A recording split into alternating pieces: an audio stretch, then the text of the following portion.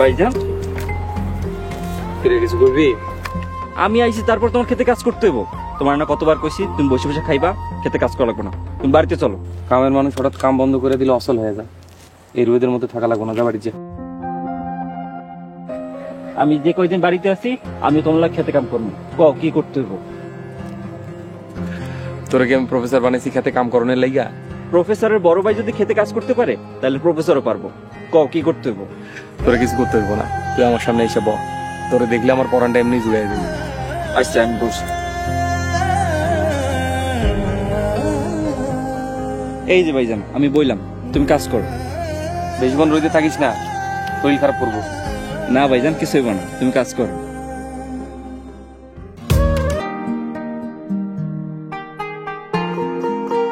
ভাইজান চিন্তা করছি আল্লাহ পাকের দয়ায় সামনের বছর নিজের নামে একটা গাড়ি কিনো। তুমি যখন ঢাকা যাইবা আমার গাড়িতে করে তোমারে সারা ঢাকা শহরে ঘুরাও। আচ্ছা সেটা পরে দেখা দিব, যা তো এখন বাড়ি যা।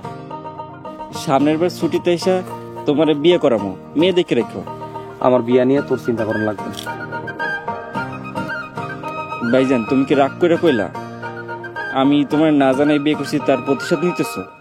বেশি কথা কইস না তো নাইম, তোর বাড়ি যেতে কিছু বাড়ি যা।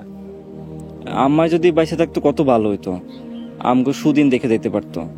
মা সারা জীবন কষ্ট করতে করতে মরলো। এই দুনিয়া কয় দিনের, নামাজ পড়ে আল্লাহর কাছে দোয়া করিস আমাকে আব্বা আমার যেন সুখে শান্তিতে রাখে।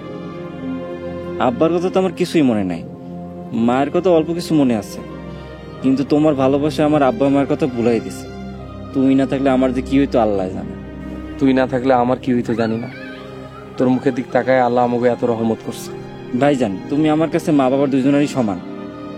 ভাইজান তোমার কাছে যদি আমি কিছু চাই, ধরো অনেক দামি কিছু, ধরো তোমার সব কিছু, তাহলে কি আমার দিবা? হঠাৎ এই কথা কেন কইতাছস? কোনো সমস্যা? আগে কেউ দিবা নাকি, তারপর কম কেন জিজ্ঞাসা করছি এই কথা? সবকিছু কইতে তুই কি বুঝাইতেছস আমি জানি না, তবে তুই যদি চাইস আমি আমার কুলজাটা কাটটা দিব। থ্যাংক ইউ ভাইজান, আমি আমার উত্তর পেয়ে গেছি। আজ আমি জানলাম তুমি সেই ছোট্ট নাইমরে যেমন ভালোবাসতা এখনো ঠিক তেমনই ভালোবাসো। আল্লাহ তোরে বাঁচাই রাখুক। যা আর বাড়ি যা, বাড়ি যা গোসল করে খাওয়া দাওয়া কর। ভাইজান দুপুরে আসতেছে, তুমি খাইবা না? হাতে মামার লাগে খাবার লয়ে আইব। আচ্ছা ঠিক আছে, আমি তাহলে যাই।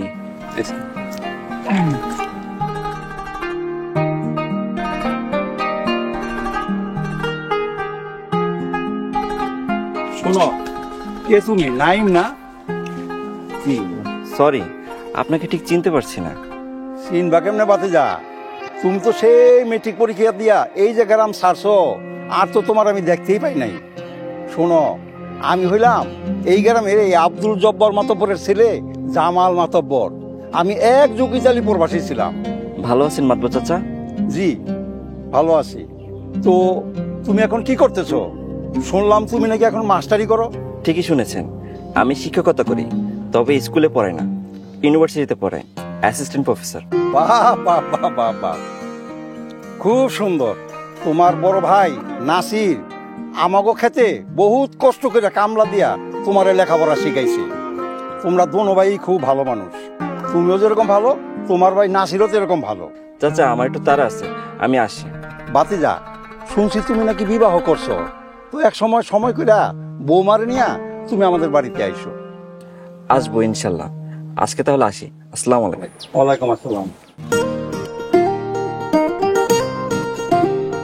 নগদ পেমেন্টে 500 টাকা পর্যন্ত ক্যাশব্যাক আর লেনদেনে প্রতিদিন ডিপ ফ্রিজ এবং ঘন্টায় ঘন্টায় এসি টিভি সহ দারুণ সব গিফট।